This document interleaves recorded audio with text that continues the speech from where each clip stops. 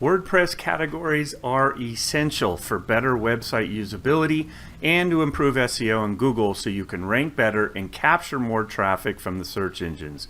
In this video, I will cover what are categories in WordPress, why use categories, how many categories should you use on your website, how to choose your categories, and identify the ideal number of categories a blog post should be assigned to.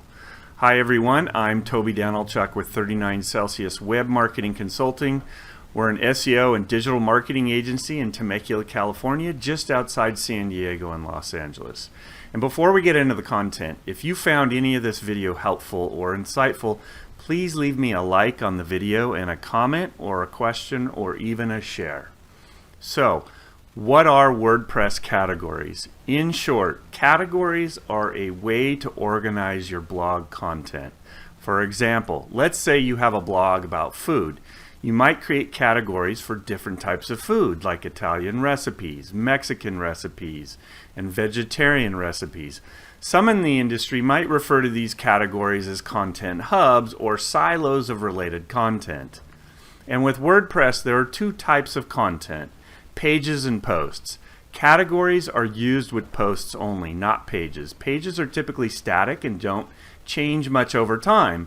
Conversely, WordPress posts are typically more dynamic than pages, as they're intended to be published regularly and displayed in reverse chronological order. So why use categories? The two main reasons you should use categories on your WordPress website is for improved navigation and usability and improved SEO. And let's take a closer look at each of these benefits in turn.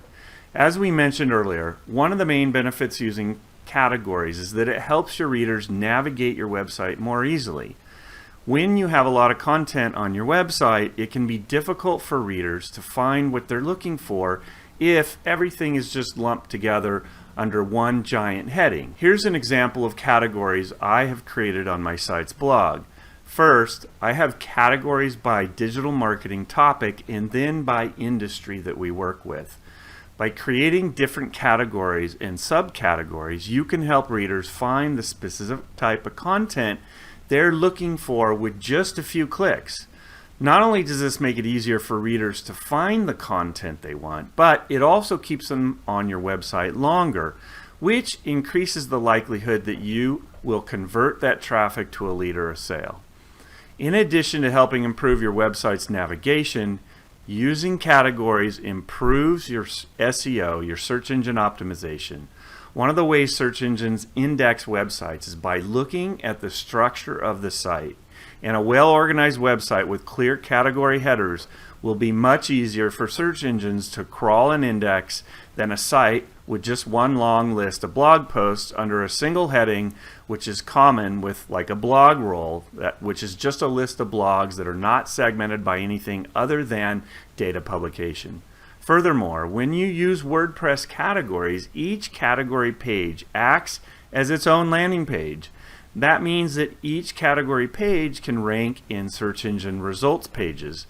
So, not only will using categories make it easier for search engines to index your site, but it will also give you more opportunities to rank in the search engines, which is good for business.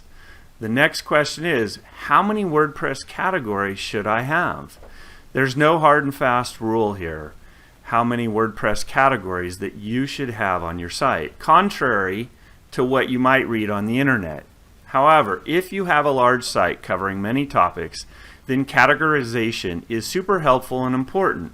But as a general rule of thumb, we recommend keeping things relatively tight when possible. For example, if you're producing new content regularly on a particular topic and it doesn't belong in any current categories you have, then create a category for that specific topic. Make sure that whatever categories you create make sense for readers and search engines.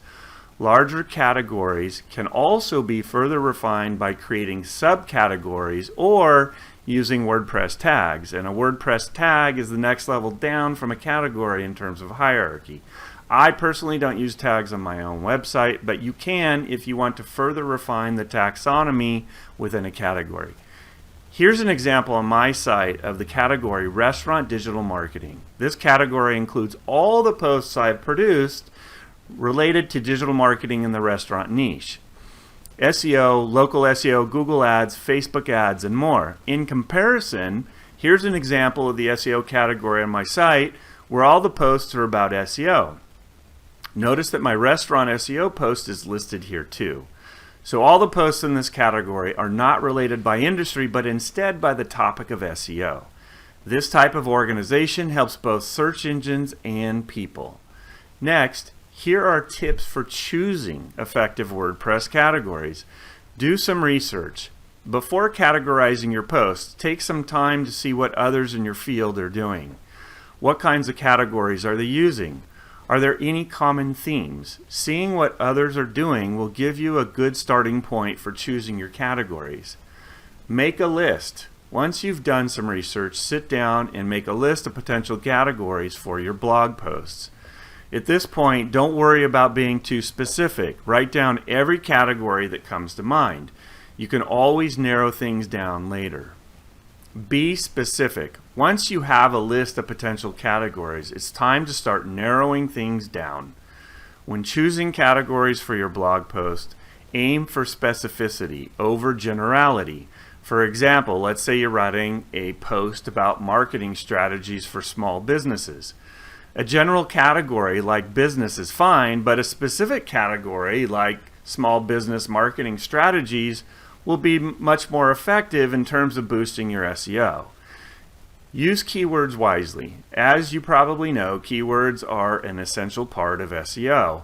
When choosing categories for your blog post, try incorporating relevant keywords whenever possible. This will help boost your post's visibility in search engines. And don't be afraid to experiment. One of the great things about WordPress is that it is easy to change things up if something isn't working well. So, if you find that one of your chosen categories isn't doing much for your SEO, or perhaps it's not relevant anymore, don't be afraid to switch things up and try something new. Next, how many categories should a blog post be assigned to? I read a post that stated you should only assign a blog post to one category. That is completely misguided advice. Categories are part of creating an effective silo strategy of related content. So if a post is relevant to a couple of categories, it should be listed in both. And just as I had shown with my SEO and restaurant digital marketing categories, I have a restaurant SEO post and it is listed in the SEO category along with the restaurant digital marketing category. So in conclusion, WordPress is an excellent content management system for building a website and publishing content. And by using its built-in category features, you will make your blog more user-friendly and searchable and improve your site's SEO in Google so you can capture more search traffic. Finally, if you need help with WordPress site optimization or with SEO, please contact me directly. We can help in all aspects of content and SEO, from developing data-driven content roadmaps, WordPress SEO, YouTube SEO, and other areas such as Facebook ads and more. And if you just have more WordPress or SEO questions, leave a comment or email me directly at toby@39celsius.com. And again, if this post was helpful in any way, please give me a like or share it. And until next time, I will see you on the web.